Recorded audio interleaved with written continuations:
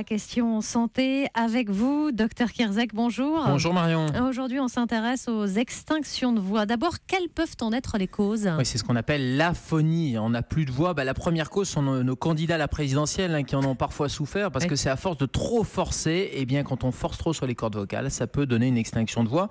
Mais la deuxième cause, c'est le rhume, tout simplement. C'est l'inflammation du larynx. Le larynx, ça donne la laryngite et ça peut donner cette extinction de voix comme symptôme. Puis il y a des causes plus rares, des petits polypes sur les cordes vocales, des allergies. Là, on va rentrer dans la période des allergies avec les pollens. Et puis parfois, il y a des causes non identifiées. Bref, tout ce qui va gêner le passage de l'air qui fait vibrer les cordes vocales, et bien tout ce qui gêne cette vibration des cordes vocales, ça peut donner une dysphonie ou une aphonie, c'est-à-dire plus de voix du tout. Alors parfois, se taire peut suffire. Sinon, quel traitement ? Mais tout le temps, Marion, c'est-à-dire que le premier des traitements, exactement, le premier des traitements, c'est pas de forçage vocal. Ça veut dire quoi ? Ça veut dire que dès qu'on a une extinction de voix ou qu'on sent que la voix va lâcher, il ne faut même pas chuchoter. Le chuchotement est interdit. Carrément. C'est repos, silence complet. Généralement, il faut prendre son mal en patience parce que ça va durer moins de 3 jours.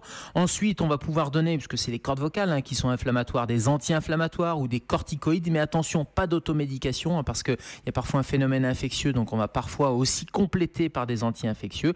Et puis, j'allais dire, le troisième conseil, c'est le tabac. Tout ce qui va irriter, et le tabac est un irritant puissant, eh bien, il va falloir là aussi supprimer. Et puis après, c'est en fonction de la cause. Bien sûr, s'il y a un petit polype, il faudra aller traiter le polype. Et les remèdes de grand-mère, genre le miel et autres tisanes, ça peut être efficace ? Ah, nos grand-mères. Alors, le miel, non. Alors, je ne vais pas me fâcher avec elle, mais le miel, non, parce que ça ne va pas aller jusqu'aux cordes vocales.